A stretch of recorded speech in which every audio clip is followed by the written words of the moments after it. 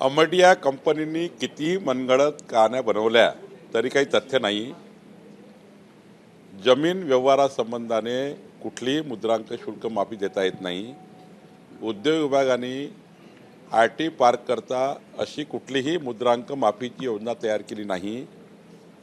उद्योग विभागाचं प्रमाणपत्र असेल तरच मुद्रांक शुल्काची माफी होतं। यामध्ये कुठल्याही प्रकारचं मुद्रांक माफीचं प्रमाणपत्र उद्योग विभागाने दिलं नाही। त्यामुळं अमेडिया कंपनीला नियमाप्रमाणेच त्या ठिकाणी काम करावं लागेल। नियमाप्रमाणेच त्या ठिकाणी ज्या काही आकारण्या त्या पूर्ण भराव्या लागतील। खरं तर अमेडिया कंपनी आता यामध्ये नियमबाह्य केल्यानंतर चुकीच्या पद्धतीने मनगळत कहाण्या बनवत आहे। मला वाटतं आमची जी विकास खारगे समिती आहे तो रिपोर्ट आल्यानंतर आम्ही योग्य कारवाई करू।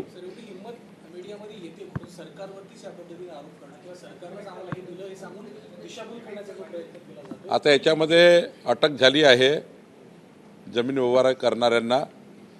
पोलिसांना आता कोर्टाने पीसीआर दिलेला आहे संबंधित दोषींवर चौकशी करण्याकरता। मला वाटते सत्य समोर येईल। गव्हर्नमेंटची जमीन परस्पर विकणे परस्पर घेणे हे जे काही प्रकार राज्यामध्ये सुरू आहे या राज्याच्या अशा प्रकरणापैकी अमेडियाचं प्रकरण आहे आणि त्यामुळे याच्यामध्ये विकास खारगे समितीचा रिपोर्ट आला त्यावर आम्ही योग्य कारवाई करू।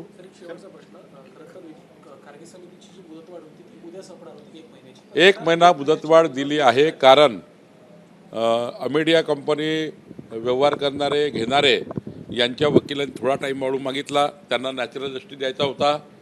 15 दिवस अधिवेशनाचा जो काही जाण्या येण्याचा ट्रान्झिट पिरियड आहे। अधिवेशन पुढचा आठवडा आहे। त्यानंतर डेव्हलपमेंट कमिशनरनी थोडा वेळ मागितला आहे विकास आयुक्तांनी, तोही आम्ही देतो आहे। नॅचरल जस्टिस म्हणून 1 तारीख 2 तारीख 3 तारीख द्यावी ही नियमात आहे। त्यामुळं 1 महिन्याची मुदतवाढ आहे पण त्यापूर्वीच आमच्याकडे रिपोर्ट येईल आणि सरकार अंतिम कारवाई करेल। पोलिसांनी आपली कारवाई चालू केलेली आहे। उत्तमराव जानकर जे आहेत राष्ट्रवादीचे आमदार ते असं म्हणतायत की सरकारची राज्य निवडणूक आयोगामुळे सरकारची इज्जत टांगणीला टाळली गेलेली आहे। हे खरं आहे की राज्य निवडणूक आयोगासोबतही राज्य सरकारचं नाव विनाकारण त्या ठिकाणी जनतेच्या मनात संभ्रमित होत आहे। राज्य निवडणूक आयोगाने केलेली कृती ही चुकीची आहे। अचानक निवडणूक पुढे ढकलणे याबद्दलचे कृती जी आयोगाने केली आहे याबद्दल माननीय उच्च न्यायालयाने आपलं त्या ठिकाणी आयोगाला ताशेरे ओढले एक प्रकारचे की आयोगाची भूमिका योग्य नव्हती। आयोगाने चुकीच्या पद्धतीनं निवडणूक प्रक्रिया राबवली। आयोगाने वेळेवर त्या ठिकाणी निवडणुका पुढे ढकलल्या। ही कृती चुकीची आहे। ही कुणाच पक्षाला मान्य नाही, कुणाच निवडणूक लढणाऱ्या उमेदवाराला मान्य नाही, मतदाराला मान्य नाही। एक कल्ली कारभार निवडणूक आयोगाने केला। यावर हायकोर्टाने सुद्धा आपली त्या ठिकाणी नाराजी व्यक्त केली आहे। आपण बघितलं असाल संभाजीनगर हायकोर्टमध्ये औरंगाबाद खंडपीठाने त्या ठिकाणी निर्णय दिला आहे। मला वाटतं की यामधून राज्य निवडणूक आयोग बोध घेईल। राज्य सरकारचा राज्य निवडणूक आयोगाच्या या कृतीशी काही संबंध नाही। राज्य सरकार फक्त त्यांना यंत्रणा देतं, बाकी निवडणूक प्रक्रिया ही राज्य निवडणूक आयोगाला राबवावी लागतं। राज्य निवडणूक आयोगाने घेतला निर्णय सरकारच्या संबंधित नाही। सरकारला बदनाम करण्यासाठी हे सगळं आरोपपत्र विरोधात नाही, आता राज्य निवडणूक आयोगाने कृती केली त्यावर सरकार काही जबाबदार नाही आहे। राज्य निवडणूक आयोग उत्तर देईल जनतेला किंवा मतदारांना आणि माननीय उच्च न्यायालयाने त्याची दखल घेतली आहे। तर राज्य निवडणूक आयोगाची कृती योग्य नाही यापूर्वीच आम्ही बोललेलो आहोत। वेळेवर निवडणुका पुढे ढकलणे काही राज्यात बरोबर नाही। यापूर्वी राज्यात असं पुरं उदाहरण नाही आणि त्यामुळे राज्य निवडणूक आयोगाने अशा पद्धतीने वागू नये हेच त्या ठिकाणी संकेत घेतला पाहिजे। मुंबई महानगरपालिकेत गेल्या 3 वर्षात सत्ताधारी आमदार असतील किंवा जे माजी नगरसेवक सत्ताधारी पक्ष आहेत त्यांना 418 कोटी रुपयाचा निधी देण्यात आला विकासाचा, परंतु जे विरोधक आहेत त्यांना मात्र देण्यात आला नाही। असं आहे, जे माजी लोकप्रतिनिधी तिथे शिफारस केल्या असतील निधी दिला असेल। आता बघा की आता लोकप्रतिनिधी नाही आहे त्यामुळं जे जुने लोकप्रतिनिधी आहेत ते जेव्हा जनतेमध्ये जातात तेथील प्रश्न लोक मांडतात। जरी ते नगरसेवक नसले तरी त्या भागातल्या जे काही प्रश्न आहेत त्याला जर निधी दिला असेल किंवा त्यांची शिफारशी योग्य असेल तेव्हा कमिशनरने निर्णय घेतला असेल। शेवटी शिफारशी केल्यावरही जोपर्यंत स्पॉटवर आपण प्रशासक असताना प्रशासकाला निर्णय करावे लागतात, कमिशनरला निर्णय करावे लागतात. शिफारसी करणं आमचं काम आहे किंवा लोकप्रतिनिधीचं काम आहे किंवा माजी लोकप्रतिनिधीचं काम आहे. तर त्या ठिकाणी जर मुंबई महानगरपालिकेत किंवा भागामध्ये माजी नगरसेवकांनी शिफारसी केल्या म्हणून त्या ग्राह्य धरू नये असं काही योग्य नाही. त्यांच्याही शिफारसी ग्राह्य धरल्या पाहिजे आणि अधिकाऱ्यांनी त्या ठिकाणी ग्राह्य शिफारसीवर काम केलं पाहिजे. ते केलं आहे. जिल्हा परिषद असतील किंवा इतर ग्रामीण भागातल्या निवडणुका असतील त्याच्या आधी महानगरपालिका नगरपालिका निवडणुका होऊ शकतात शक्यता वर्तवली जाते सुप्रीम कोर्टाच्या निर्णयाच्या मिसइंटरप्रिटेशन तर त्यासाठी पक्षांची काय तयारी आहे काय? केव्हाही निवडणुका लागल्या तर भारतीय जनता पार्टी निवडणुकीला जाण्याकरता तयार आहे. मला वाटतं जे काही सुप्रीम कोर्टाचा निकाल आहे त्याप्रमाणे महानगरपालिकेला तर काही मला वाटतं काही अडचण नाही आहे. जिल्हा परिषदेलाही काही 12-13 ठिकाणी अडचण नाही आहे कारण 50%च्या आतमध्येच आहे. ज्या ठिकाणी अडचण आहे जे काही सुप्रीम कोर्टाच्या निकालाने त्या ठिकाणी काही आम्ही वाट बघतो आहे. तर 21 जानेवारीचा निकाल आला किंवा 21 जानेवारी नंतर निकाल आला त्यानंतर पुढील जे काही 50%च्या वर गेलेल्या जिल्हा परिषद आहेत त्या पद्धतीनं त्याचा विचार राज्य निवडणूक आयोग करेल, राज्य सरकारही करेल. पण 50%च्या वर गेलेल्या जिल्हा परिषदा मात्र सध्या त्या ठिकाणी होईल की नाही याबद्दल थोडा संभ्रम आहे. पण ज्या ठिकाणी 50%च्या आतमध्ये रिझर्वेशन आहे त्या ठिकाणी मात्र निवडणुका घेऊ शकतात असं माझं मत आहे. बाकी राज्य निवडणूक आयोगाला आधी त्या ठिकाणी से घ्यायचा आहे किंवा कॉल घ्यायचा आहे.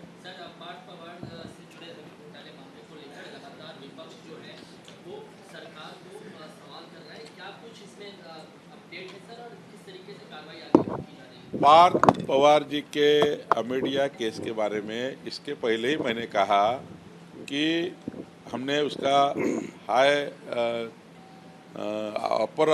हमने एसीएस रेवेन्यू हमारे विकास कार्य समिति का हमने गठन किया है. हमारे सारे उच्च स्तरीय अधिकारी इसमें हैं. 1 महीने का समय दिया था, वो कल ख़त्म हो रहा है. लेकिन चौकसी में जो नेचुरल जस्टिस है 3 बार उनको नोटिस देना, 3 बार उनका अगर वो पहली तारीख में नहीं आए तो 2 तारीख देना, उसके बाद विकास आयुक्त जो है डेवलपमेंट कमिश्नर उनका मत लेना, उसके बाद उस प्रॉपर्टी का CTS करना, उस प्रॉपर्टी की मोजनी करवाना, उस प्रॉपर्टी के हस्तांतरण के बारे में चेक करना, उस प्रॉपर्टी का स्पॉट पे क्या स्थिति है उसको चेक करना, ये सारा अगर जायजा लिया तो थोड़े समय बढ़ा के देना चाहिए. ऐसा विकास कार्य समिति ने सरकार को समय मांगा था, वो बढ़ा कर दिया है. दूसरा, अमेडिया कंपनी मनगढ़ंत कहानी बना रही है कि हमें मुद्रांक शुल्क माफ़ी है, हमें उद्योग विभाग से कोई सर्टिफिकेट मिला. ऐसा कोई सर्टिफिकेट उनको नहीं मिला है. कोई भी IT पार्क को मुद्रांक शुल्क की माफ़ी नहीं होती है. ज़मीन के ट्रांसफ़र के मामले में कोई माफ़ी नहीं है. गलत तरीके से वहाँ पर इंटरप्रिटेशन किया जा रहा है. मुझे लगता है कि विकास कार्य समिति का रिपोर्ट आएगा, सरकार उस पर कार्रवाई करेगी. निश्चित रूप से अभी आपने देखा होगा पुलिस ने भी उनको हिरासत में लिया है, ज़मीन बेचने वालों को, सरकारी ज़मीन बेचने वालों को, और उसका रिमांड भी हो गया है. 7 दिन में वो भी पूरी चौकसी होगी, पुलिस चौकसी करेगी. पुलिस का काम है गैरव्यवहार की चौकसी करना, जो क्रिमिनल ऑफेंसेस है उसके ऊपर चौकसी करना. हमारा काम है जो प्रॉपर्टी के रिलेटेड इंक्वायरी करना. तो सरकार पूरी कर रही है.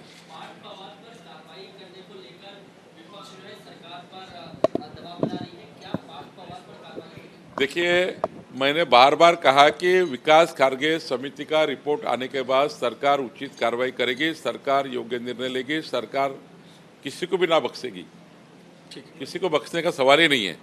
लेकिन रिपोर्ट आने दीजिए, जब विकास कार्य समिति का रिपोर्ट आएगा तो हम कार्रवाई करेंगे. आखिरी कोई भी उसमें थोड़ा सा भी लीकेज नहीं रहना चाहिए. पूरी तरह से हमने सबके स्टेटमेंट लेकर कार्रवाई करनी चाहिए. नेचुरल जस्टिस सबको मिलना चाहिए और निश्चित रूप से सरकार कार्रवाई करेगी. मराठीमध्ये पार्थ पवारांना अटक केलं जात नाहीये. विरोधक तुम्हाला एक मिनिटच्या अनुषंगाने आताच मी बोललो याच्याबद्दल. सर मराठीमध्ये काँग्रेस हे दिल्लीत एक बैठक पार पडते आणि मुंबई महापालिकेमध्ये बाळासाहेब ठाकरे गट, मनसे आणि काँग्रेस एकत्र येईल हे जवळपास निश्चित होते. काय वाटते सगळे कालपासून परत दुरावले आणि आता परत एकत्र येईल? या किंचित पार्ट्या आहेत, उद्धवजी बाकी इतर किंचित पार्ट्या किती एक आल्या आणि किती आता मनगळत कान्या बनवल्या तरी काही होणार नाही. 51% मतं घेऊन 2/3 बहुमताने महायुती मुंबई महानगरपालिकेत विजयी होईल. काँग्रेस उद्धव ठाकरेजी आणि अजून ते काही त्यांचे पार्टनर्स आहे यांना मुंबईची जनता कुठेही त्या ठिकाणी त्यांना आमचं मतदान देणार नाही, कारण मुंबईच्या विकासाचा कुठलाही अजेंडा, डेव्हलपमेंटचा अजेंडा महाविकास आघाडीकडे नाही. मुंबईच्या जनतेला हे वाटतं आहे की देवेंद्र फडणवीस सरकार महाराष्ट्राचा विकास आणि मुंबईचा विकास करू शकतं आणि त्यामुळे कितीही त्या ठिकाणी त्यांनी महाविकास आघाडीमध्ये कितीही पार्टनर घेतले तरी लोकांचा विश्वास हा महायुतीवर आहे, देवेंद्र फडणवीसजी, एकनाथ शिंदेजी, अजितदादाच्या सरकारवर आहे. मुंबईला आंतरराष्ट्रीय शहर करणारं आणि मुंबईला विकसित मुंबई करणारं आमचं सरकार आहे हे जनतेला पटलेलं आहे. मुंबईची जनता महायुतीलाच मतदान करणार आहे. एबीपी माझा, उघडा डोळे बघा नीट.